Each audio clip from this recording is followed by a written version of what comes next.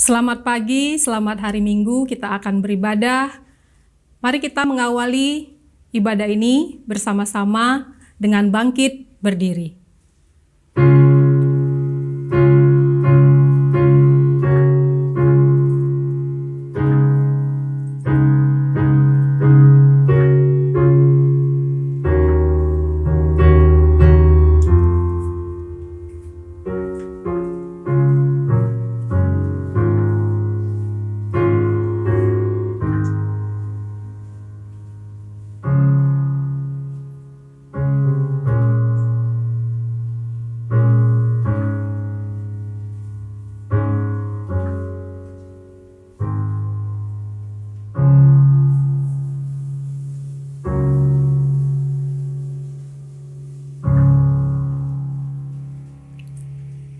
Mazmur 104 ayat yang ke-33 berkata, "Aku hendak menyanyi bagi Tuhan selama aku hidup. Aku hendak bermazmur bagi Allahku selagi aku ada." Jemaat yang terkasih, ibadah kita di pagi hari ini dilandasi dalam nama Tuhan yang menciptakan langit dan bumi, yang tidak pernah meninggalkan perbuatannya yang ajaib. Turunlah kiranya atas setiap kita anugerah dari Allah Bapa dan kasih karunia dari Yesus Kristus serta penyertaan yang sempurna dari Roh Kudus. Amin. Jemaat dipersilakan untuk duduk. Kita akan mempersiapkan hati kita merendahkan diri di hadapan Tuhan. Kita akan menyanyikan KPPK nomor 216 Kupandang Salibmu sebanyak 2 bait. Dan selanjutnya nanti saya akan memberikan waktu kepada jemaat secara hening untuk menaikkan doa pengampunan dosa secara pribadi di hadapan Tuhan. Mari kita nyanyikan KPPK 216, Kupandang Salibmu.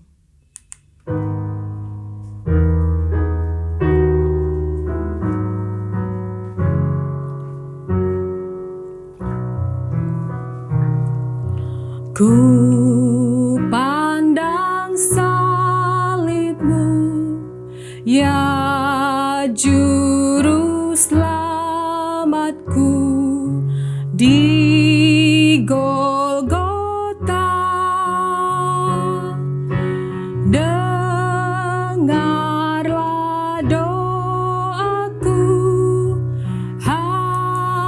hapuskan dosaku. Akulah milikmu selamanya.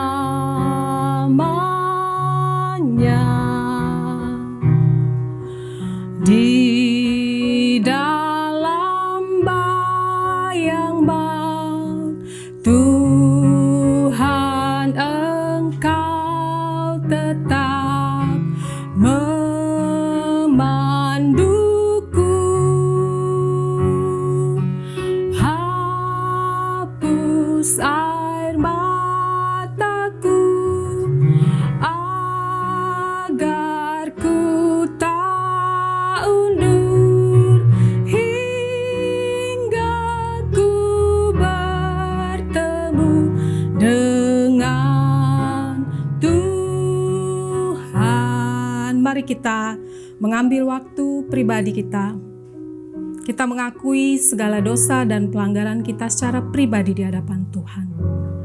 Kita akui bahwasanya kita sebenarnya tidak layak untuk menerima berkat hidup yang kekal itu.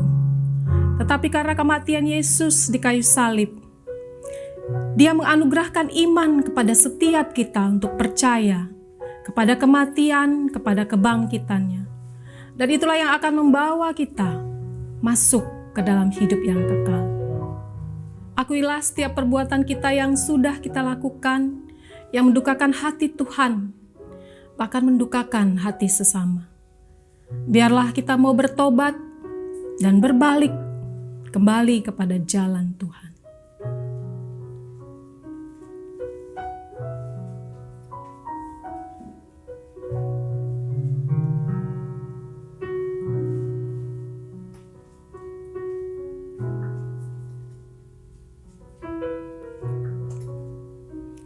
Ya Allah, Bapa kami yang bertata di kerajaan sorga, inilah setiap kami Tuhan Jemaat Gereja Kristen Kalam Kudus Ambon saat ini bersehati Tuhan merendahkan diri di hadapan-Mu. Kami mengakui Tuhan segala dosa dan pelanggaran kami di hadapan Tuhan, bahkan kami juga sudah mendukakan hati sesama. Berbelas kasihanlah Engkau ya Tuhan kepada setiap kami. Biarlah kami Tuhan, ketika kami sudah mengakui dosa dan pelanggaran kami di hadapan Tuhan, kami memiliki komitmen untuk memperbaiki, memperbaharui segala sikap, tingkah laku, perilaku kami Tuhan, untuk kami mau semakin serupa dengan Yesus. Terima kasih ya Bapa untuk anugerah terbesar, anugerah terindah, keselamatan, hidup yang kekal itu yang sudah Engkau berikan kepada setiap kami. Di dalam nama Tuhan Yesus kami berdoa, mengucap syukur. Amin. Berita anugerah pada minggu ini diambil dari Roma pasal yang ketiga ayat 23 sampai ayat yang ke-24 yang berbunyi demikian. Karena semua orang telah berbuat dosa dan telah kehilangan kemuliaan Allah, dan oleh kasih karunia telah dibenarkan dengan cuma-cuma karena penebusan dalam Kristus Yesus. Berbahagialah setiap kita yang sudah dianugerahkan, yang sudah diberikan iman yang cuma-cuma, yang membawa kita kepada hidup yang kekal itu. Mari kita sambut anugerah Tuhan ini dengan menyanyikan lagu dari KPPK 36, Indahlah Yesus.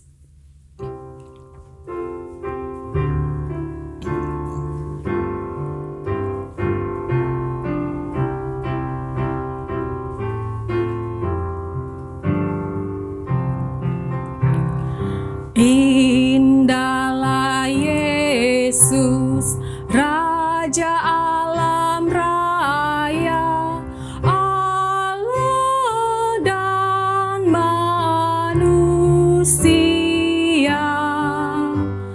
Kau ku kasihi, Kau junjunganku, kemuliaanku yang Tuhanku Yesus, Khalik langit bumi, Kaulah juru selamatku. Hormat dan mulia, puji dan bakti hanya ku berikan padamu. Jemaat yang terkasih, mari kita bangkit berdiri. Kita akan mengucapkan pengakuan iman rasuli kita. Mari bersama-sama kita mengucapkan. Aku percaya kepada Allah Bapa yang Maha Kuasa, Khalik langit dan bumi, dan kepada Yesus Kristus, anaknya yang tunggal Tuhan kita, yang dikandung dari Roh Kudus, lahir dari anak darah Maria, yang menderita sengsara di bawah pemerintahan Pontius Pilatus, disalibkan, mati dan dikuburkan, turun ke dalam kerajaan maut. Pada hari yang ketiga, bangkit pula dari antara orang mati, naik ke sorga, duduk di sebelah kanan Allah, Bapa yang Maha Kuasa. Dan dari sana ia akan datang untuk menghakimi orang yang hidup dan yang mati. Aku percaya kepada Roh Kudus, gereja yang kudus dan am, persekutuan orang kudus, pengampunan dosa, kebangkitan tubuh, dan hidup yang kekal. Amin. Jemaat dipersilakan untuk duduk.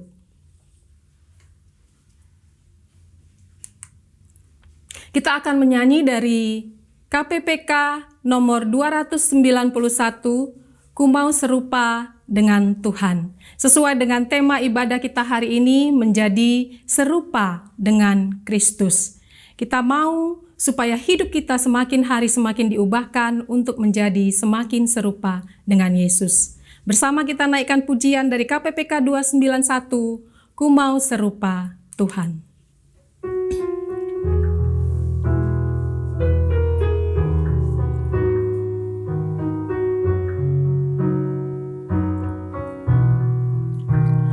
Ku mau serupa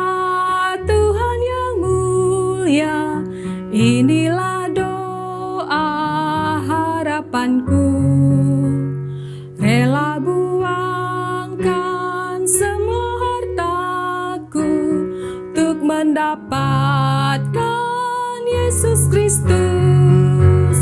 Ku mau serupa Tuhan yang kudus, Tuhan yang mulia penuh kasih, serupa manis dan kayamu, serupa Engkau di hatiku. Ku mau serupa Tuhan yang rahmat, lemah dan lembut penuh kasih. Tolong yang lemah, hibur yang susah, dan bawa mereka pada Kristus. Ku mau serupa Tuhan yang kudus, Tuhan yang mulia penuh kasih, serupa manis dan kayamu, serupa Engkau di hatiku. Mari kita berdoa. Bapa di sorga, kami mengucap syukur Tuhan kalau kami pada hari ini Tuhan boleh diberikan kesempatan untuk kembali mendengarkan kebenaran firman Tuhan. Tuhan, siapakah kami sehingga Engkau membawa kami Tuhan menjadi orang-orang yang diselamatkan. Membawa kami Tuhan kepada hidup yang kekal itu. Dan saat ini Tuhan kami mau belajar untuk semakin serupa dengan Engkau. Biarlah Tuhan kebenaran firman-Mu yang akan diberitakan, itulah yang akan membawa kami semakin diperlengkapi Tuhan. Untuk semakin hari kami boleh mengenal siapa Tuhan yang kami sembah. Bahkan kami mengenal kebangkitan Kristus. Bahkan kami mau bersekutu Tuhan dengan penderitaan dan kematian Kristus.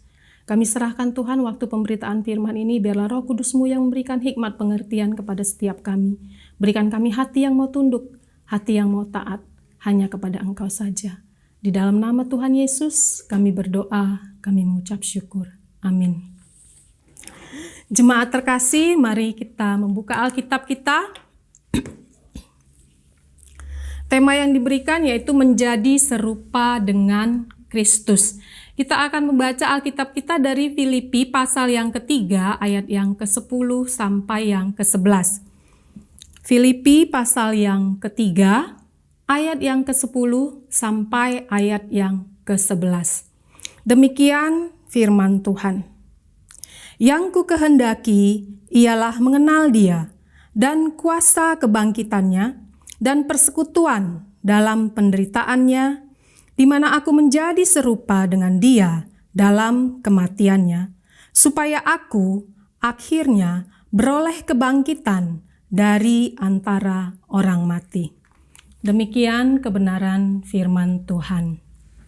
Nah, saudara-saudara jemaat yang terkasih, kalau di dalam suatu keluarga itu mereka mungkin akan sangat bahagia ketika mereka menanti-nantikan seorang anak dan akhirnya tibalah waktu si ibu melahirkan. Nah, bagi orang tua yang mengalami kejadian ini, tentu mereka akan merasa sangat senang. Tentu mereka akan merasa sangat sukacita. Bahkan keluarga besar mereka pasti tentunya akan merasa senang. Nah, biasanya ketika mereka melihat wajah sang bayi yang baru lahir ini, mulai mungkin ayahnya akan berkata, "Ih, hidungnya mirip aku ya." Dan nanti mungkin si ibu bisa juga berkata, "Ih, bibirnya mirip dengan bibirku." Atau mungkin akung ama akan berkata, "Wah, ini dahinya mirip benar sama dahi aku." Nah, ibu-ibu dan bapak-bapak, jemaat yang terkasih, kalau kita melihat sebuah keluarga yang dihadiahkan Tuhan, seorang bayi yang baru lahir, tentu kita ingin supaya anak ini nantinya memiliki kemiripan dengan orang tua, memiliki kemiripan mungkin dengan ama dan akung. Bahkan kita berharap anak ini nantinya memiliki kemiripan untuk melakukan apa yang baik yang sudah mereka kerjakan selama hidup mereka. Mereka ingin keturunan mereka ini melakukan kebaikan-kebaikan yang mereka lakukan. Nah, jemaat yang terkasih, kalau kita mengharapkan keturunan kita itu melakukan apa yang baik, melakukan apa yang bisa menjadi teladan, bukankah Yesus juga sebagai Tuhan mengharapkan supaya kita itu bisa menjadi semakin serupa dengannya. Nah, jemaat yang terkasih, kalau kita membaca dari surat Filipi ini tadi, di sini Paulus mengajarkan kepada jemaat Filipi bagaimana seharusnya hidup sebagai seorang pengikut Kristus. Nah, di sini Paulus mengajarkan bahwasanya Yesus itu sudah menanggalkan kesetaraannya dengan Allah. Tujuannya untuk apa? Tujuannya untuk memuliakan Allah. Nah, Paulus yang sudah memusatkan hidupnya kepada Kristus, dia juga telah menanggalkan segala sesuatu yang dianggapnya paling berharga menurut pandangan dunia. Apa itu yang ditanggalkan oleh Paulus?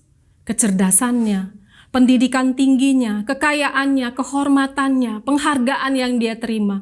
Semuanya itu bahkan dianggap sampah oleh seorang Rasul Paulus. Dia menganggap pengenalannya semua itu terhadap pengharapannya akan dunia itu semua merupakan suatu kerugian. Itu merupakan sampah. Sungguh radikal, bukan? Perubahan hidup yang dialami oleh seorang Paulus.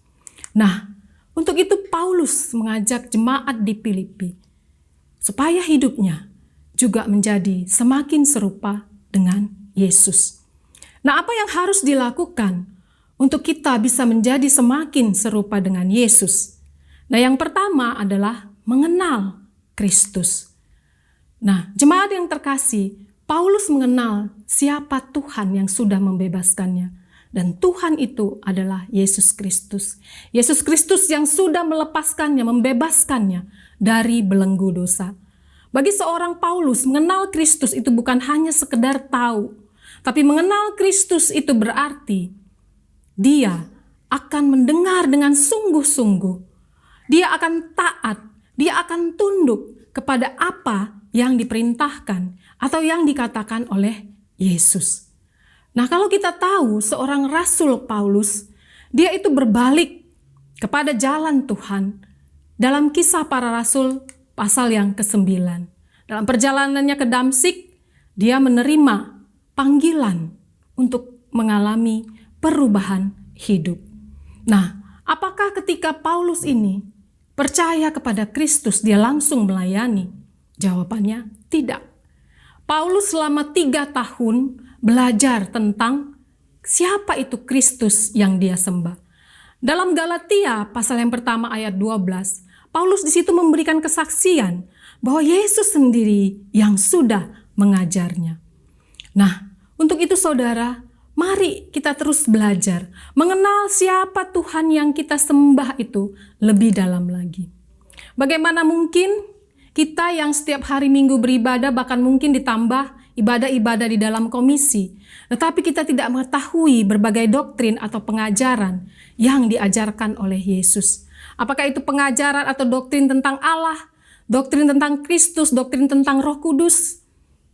Semuanya itu mustahil kalau kita mau serupa dengan Yesus, tapi kita tidak bisa menikmati pengenalan siapa Tuhan yang kita sembah itu.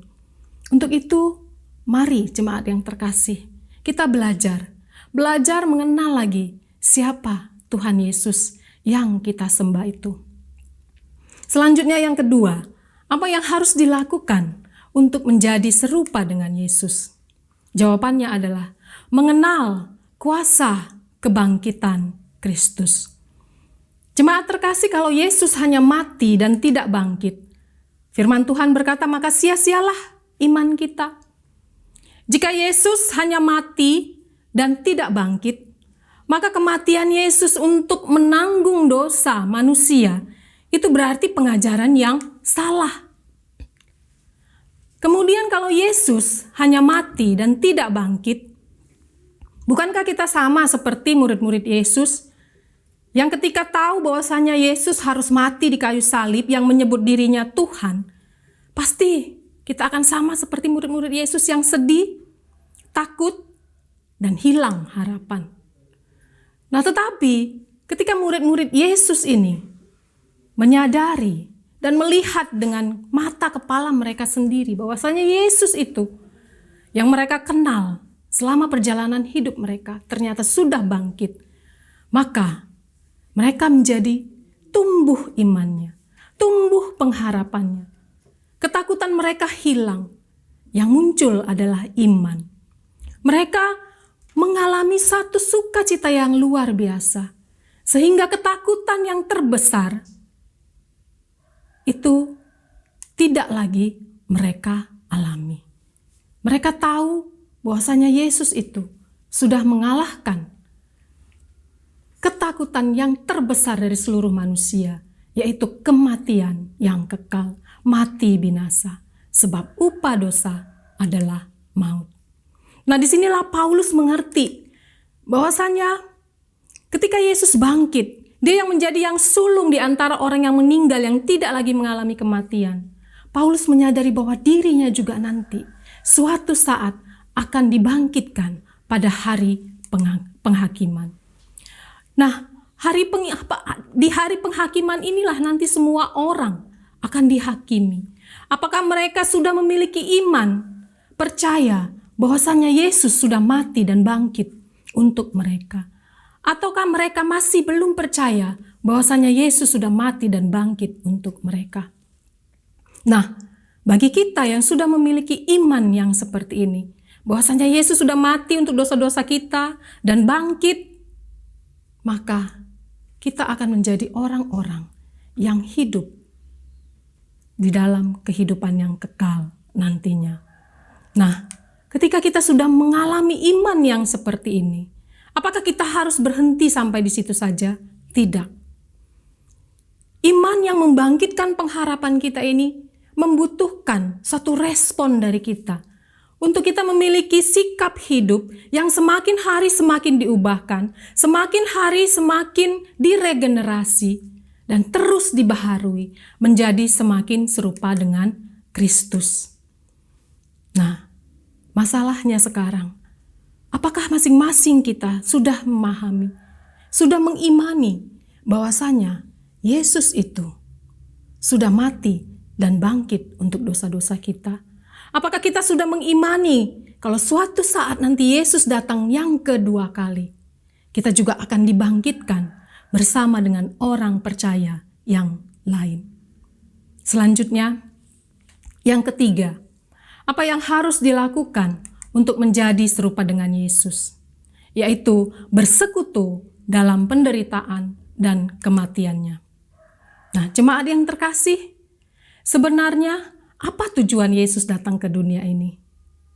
Tujuan Yesus datang ke dunia ini adalah untuk melakukan kehendak Bapanya. Apa itu kehendak Bapanya?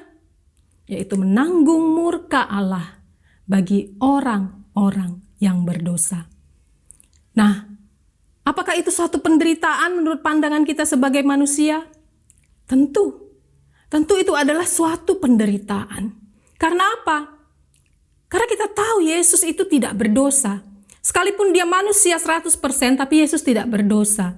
Tetapi Yesus yang tidak berdosa ini diminta oleh Bapanya untuk menanggung dosa manusia. Bukankah seharusnya yang menanggung dosa itu siapa? Yang menanggung murka Allah itu siapa? Yang menanggung hukuman kekal itu siapa? Seharusnya kita manusia yang berdosa ini. Tetapi Yesus tidak menolak apa yang diminta oleh Bapanya. Yesus mau tunduk, Yesus mau taat, Yesus mau tekun mengikuti apa yang diperintahkan oleh Bapanya. Sebagai manusia, apakah keluar sisi kemanusiaan Yesus? Iya.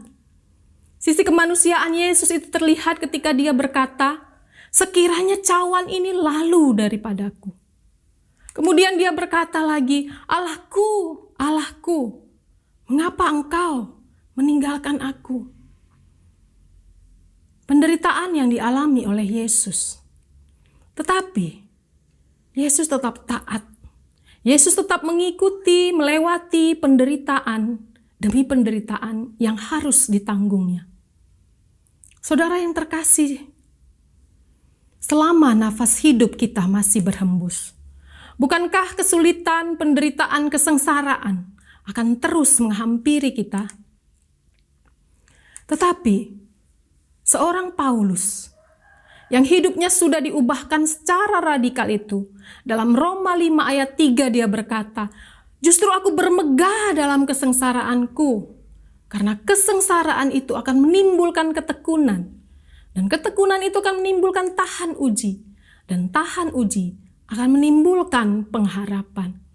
Justru dalam kesulitan, dalam kesengsaraan, dalam penderitaan kita itulah kasih karunia Allah akan semakin nyata kita rasakan memelihara hidup kita. Kesulitan dan penderitaan yang kita alami itu akan membuat kita semakin bergantung, bersandar, berpengharapan sepenuhnya kepada Tuhan yang tidak terbatas itu. Jemaat terkasih, banyak orang yang berpikir, berkata, bahkan mengajarkan kalau mengikut Yesus itu maka hidupnya akan penuh dengan berkat-berkat, penuh dengan mukjizat. Mereka akan kaya lepas dari penderitaan, kesulitan. Semua doa mereka akan secara pasti dijawab oleh Tuhan. Saudara, kalau kita melihat bagian terbesar di dalam kehidupan Yesus itu adalah penderitaan. Tetapi justru di dalam penderitaan Kristus itulah kita bermegah.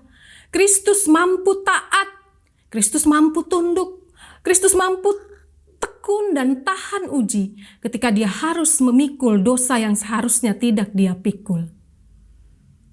Untuk itu, jemaat yang terkasih dalam Tuhan, sekiranya pun saat ini kita menderita, merasa tertekan oleh persoalan-persoalan dunia yang kita hadapi sekarang ini, bahkan persoalan-persoalan pribadi kita merasa hidup kita sengsara, kita merasa kita tidak kuat. Ingatlah bahwa Yesus sudah terlebih dahulu mengalami penderitaan itu, dan dia mau taat bergantung sepenuhnya kepada Bapanya. Untuk menjadi serupa dengan kebangkitan, kematiannya, bahkan keserupaan dengan penderitaannya itu. Kita harus rela untuk menanggalkan segala sesuatu yang membuat kita terhalang untuk bergantung kepada Tuhan. Saudara, mungkin sebagian kita sudah mendengar kisah Dr. Handoko. Dokter ini, dia seorang ahli paru di Rumah Sakit Geraha Kedoya, Jakarta. Nah, beliau membantu pasien COVID yang ada di sana. Dan kalau dipikir-pikir, sebenarnya di usia lanjutnya ini, dokter ini bisa menikmati kesenangan hidup masa tuanya. Tetapi, karena dia tahu, dia harus menanggalkan itu semua, menikmati masa-masa tuanya yang indah itu dengan duduk tenang-tenang bersama dengan keluarga menghabiskan waktu. Dia tanggalkan itu semua. Dia mau sampai jam 3 pagi berada di rumah sakit untuk menangani pasien COVID. Dia tahu dokter-dokter muda banyak yang takut, tidak mau memberikan diri mereka untuk melayani sebagai tim medis di rumah sakit yang sudah ditunjuk oleh pemerintah. Nah, kalau Pak Dokter ini tadi rela menanggalkan kenikmatan hidupnya, kesenangan hidupnya, bagaimana dengan kita?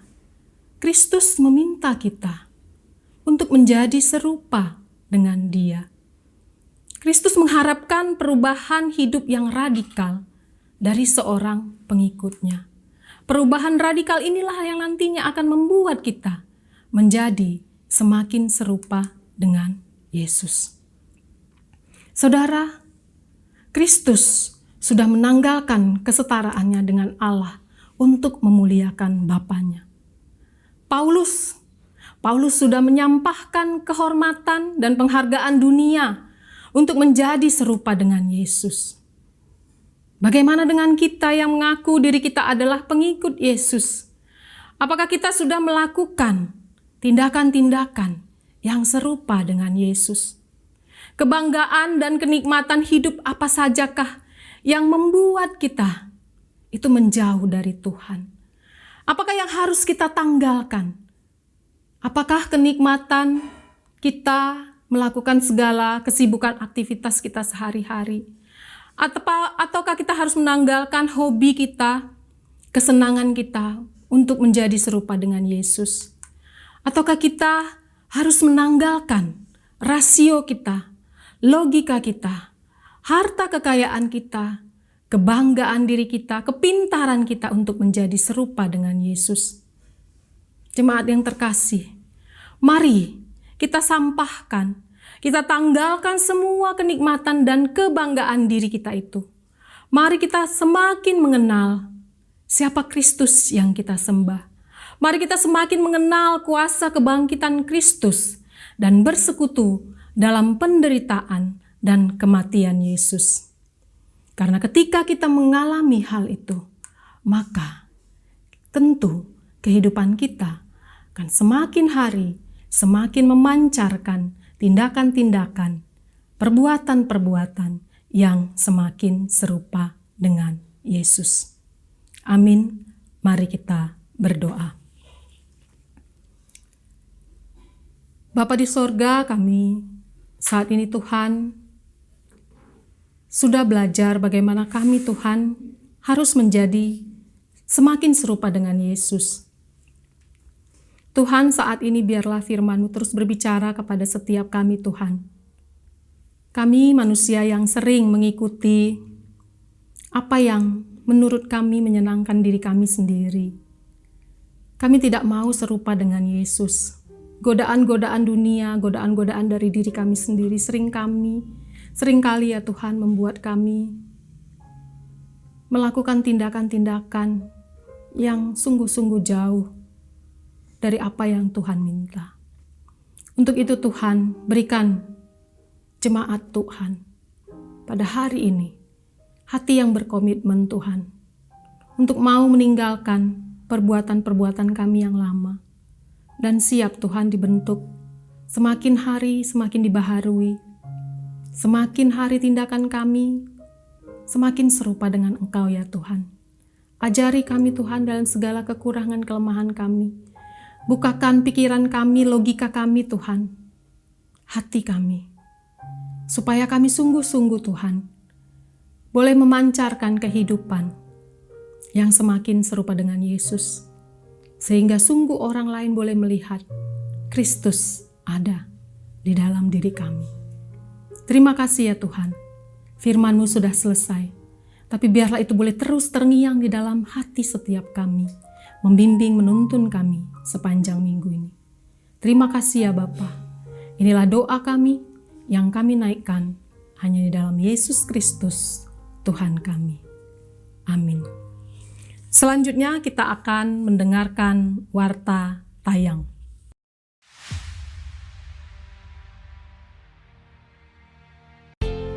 Shalom, selamat hari Minggu, Jemaat Kalam Kudus Ambon yang diberkati Tuhan. Saat ini kita akan sama-sama mendengarkan warta jemaat untuk hari Minggu 26 April 2020. Persembahan. Bagi jemaat yang akan memberikan persembahan, jemaat dapat mentransfer persembahan ke rekening gereja 044 381 2099 atas nama Gereja Kristen Kalam Kudus Ambon. Apabila jemaat mengalami kendala untuk melakukan transfer persembahan, maka persembahan juga dapat dikumpulkan dan disimpan di rumah. Persembahan ini dapat diberikan apabila ibu bapa saudara-saudari ke gereja, di mana di ruang tata usaha disiapkan kotak persembahan.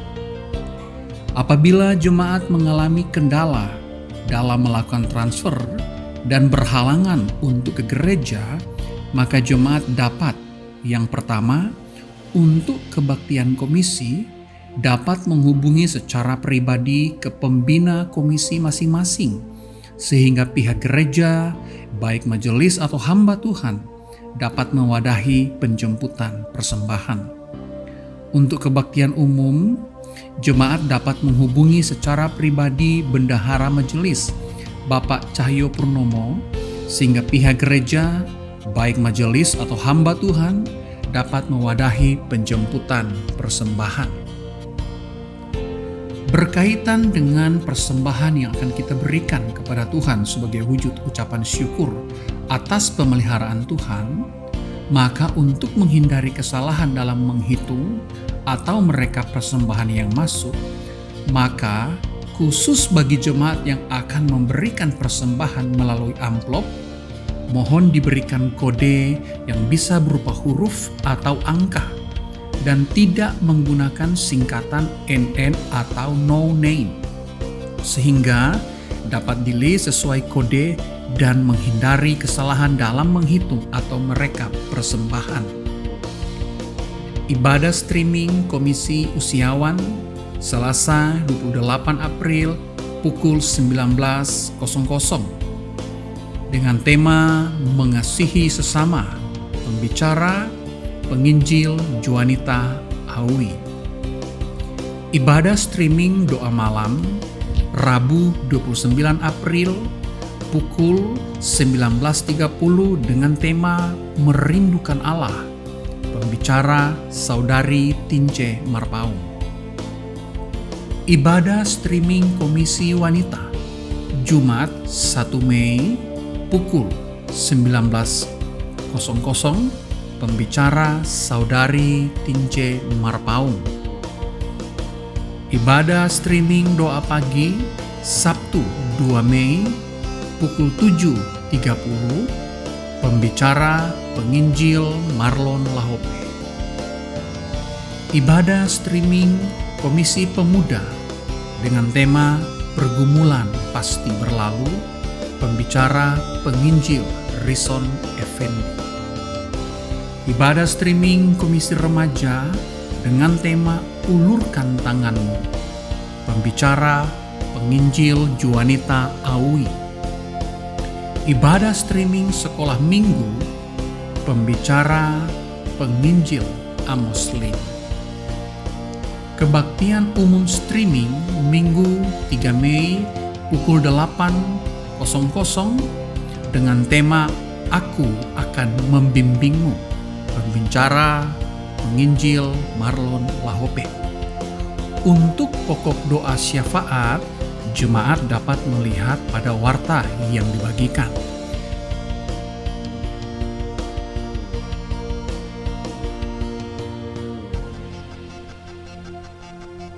Demikian juga untuk laporan persembahan, jemaat dapat melihat pada warta yang telah dibagikan.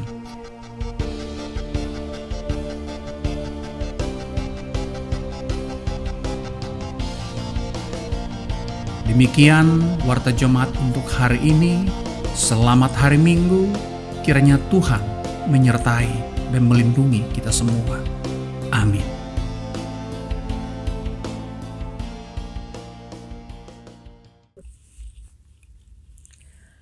Jemaat yang terkasih, kita akan mengumpulkan persembahan kita sebagai ungkapan syukur kita atas pemeliharaan Tuhan. Sambil mengumpulkan persembahan, kita akan menyanyikan pujian dari KPPK nomor 295, Kupancarkan Keindahanmu.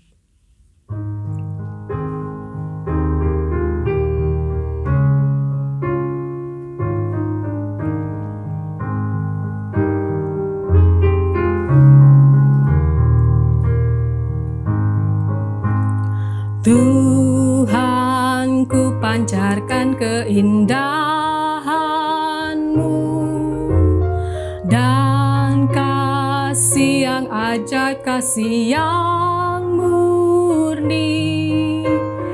Budi bahasaku disucikan Roh-Mu hingga ku pancarkan keindahan.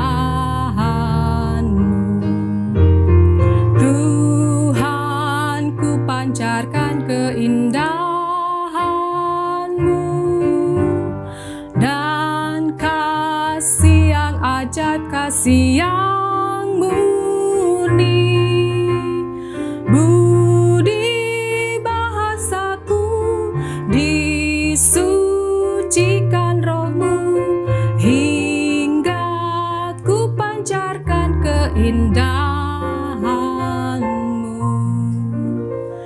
Kita akan menaikkan doa syukur kita untuk persembahan dan sekaligus doa syafaat. Mari kita berdoa. Bapa di surga, kami mengucap syukur Tuhan untuk pemeliharaan Tuhan, penyertaan Tuhan dalam kehidupan kami. Seminggu telah berlalu Tuhan, dan kami saat ini Tuhan meluapkan ungkapan syukur kami Tuhan melalui persembahan yang kami berikan. Biarlah itu boleh berkenan menyenangkan hati Tuhan. Tuhan, saat ini kami juga mau bersehati berdoa untuk gereja kami Tuhan. Engkau melihat bagaimana kesulitan yang kami hadapi Tuhan ketika kami harus mengalami ibadah online. Banyak jemaat Tuhan yang mungkin belum terbiasa dengan pelayanan ibadah online ini. Tapi Tuhan, Engkau-lah yang memberkati supaya kami boleh bisa menikmati setiap keadaan yang Tuhan izinkan terjadi. Daripada kami berkeluh kesah, tapi biarlah kami mau mengucap syukur atas setiap kesempatan ibadah yang Tuhan berikan, sekalipun Tuhan secara online seperti saat ini. Biarlah ya Tuhan senantiasa hati kami Tuhan jaga untuk tetap memandang kepada Kristus.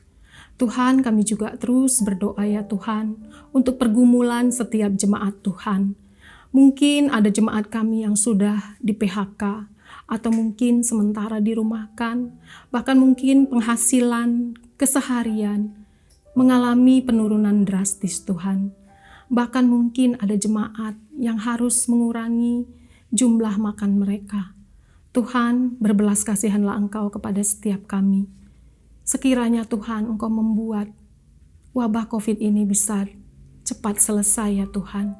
Kami rindu Tuhan, kami boleh beribadah kembali di rumah Tuhan.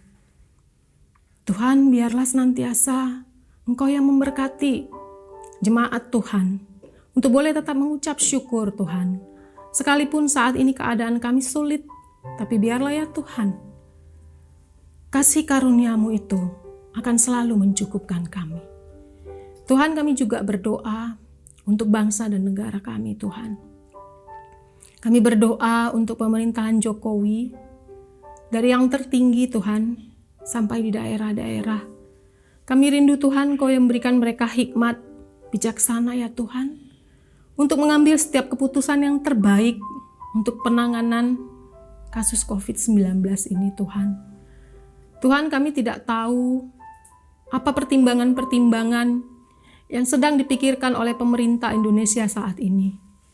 Tapi kami hanya bisa berdoa Tuhan dan mengikuti apa yang diperintahkan oleh pemerintah kami. Karena itu adalah wujud ketundukan kami juga kepada Tuhan. Tuhan, berkati tim medis, rumah sakit, laboratorium yang sudah ditunjuk oleh pemerintah Tuhan untuk menangani penyebaran virus corona ini Tuhan. Mampukan mereka Tuhan untuk melayani dengan penuh rasa takut, rasa hormat akan Tuhan. Berkati lindungi mereka Tuhan, bahkan keluarga mereka mungkin yang khawatir, yang takut, was-was ya Tuhan. Karena mereka juga takut terpapar penyebaran virus ini Tuhan. Tuhan yang lindungi, Tuhan yang menjaga. Bahkan Tuhan, kami rindu Engkau yang berkati setiap obat-obatan, alat pelindung diri. Semua Tuhan yang dibutuhkan itu boleh disediakan oleh pemerintah. Dan rakyat juga menyadari Tuhan apa yang dianjurkan oleh pemerintah. Itu boleh dikerjakan dengan penuh rasa takut akan Tuhan. Terima kasih ya Tuhan. Banyak pergumulan jemaat Tuhan yang mungkin tidak kami ketahui saat ini ya Tuhan. Tapi biarlah ya Tuhan, Engkau Allah yang maha tahu. Engkau Allah yang akan menjawab setiap pergumulan mereka, harapan mereka, indah pada waktunya, seturut kehendak Tuhan. Kami serahkan ya Tuhan, waktu aktivitas kami, pekerjaan kami, keluarga kami, semuanya Tuhan hanya ke dalam tangan-Mu. Bahkan untuk keluarga kami Tuhan yang jauh dari kota Ambon, Tuhan jaga, Tuhan lindungi mereka. Tuhan lawat mereka ketika mereka sakit. Tuhan yang memberkati mereka supaya hati mereka diberikan hati yang tertuju kepada Tuhan. Tuhan yang memberikan mereka orang-orang yang terbaik, yang membawa mereka ke dalam pertumbuhan, persekutuan yang indah dengan Tuhan. Supaya dimanapun keluarga kami berada Tuhan, hati kami sama, hati kami mau meninggikan, mengagungkan Tuhan. Dimanapun kami berada Tuhan, kami boleh menyenangkan hati Tuhan. Terima kasih ya Bapa untuk segala berkat-Mu sepanjang minggu yang telah lalu. Dan kami akan menghadapi minggu yang akan datang ini Tuhan. Di hari pertama ini kami merendahkan diri di hadapan-Mu. Pimpinlah Tuhan kami dalam segala aktivitas kami. Kami butuh Tuhan. Kami memerlukan pertolongan Tuhan setiap detik, setiap waktu. Terima kasih ya Bapa. Inilah doa kami, harapan kami, yang kami naikkan hanya di dalam Yesus, Tuhan dan Juru Selamat kami. Amin. Jemaat dipersilahkan untuk bangkit berdiri. Kita akan mengakhiri ibadah kita dengan menyanyikan doksologi, dilanjutkan dengan doa berkat dan lagu Amin.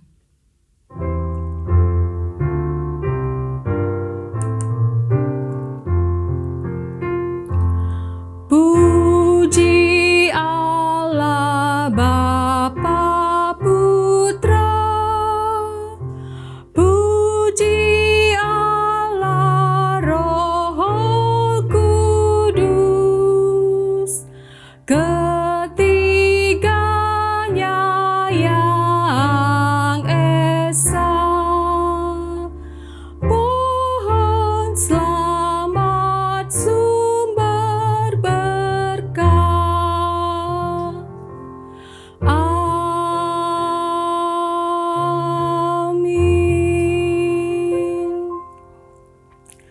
Tuhan memberkati kita dan melindungi kita.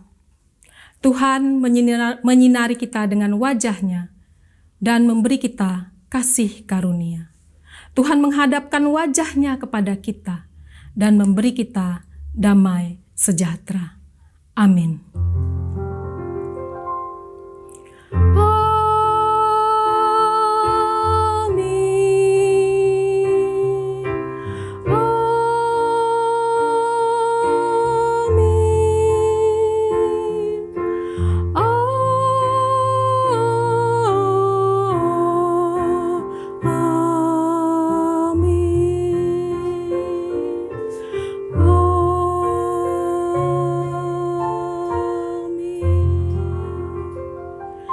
Jemaat dipersilakan duduk, silakan mengambil waktu teduh.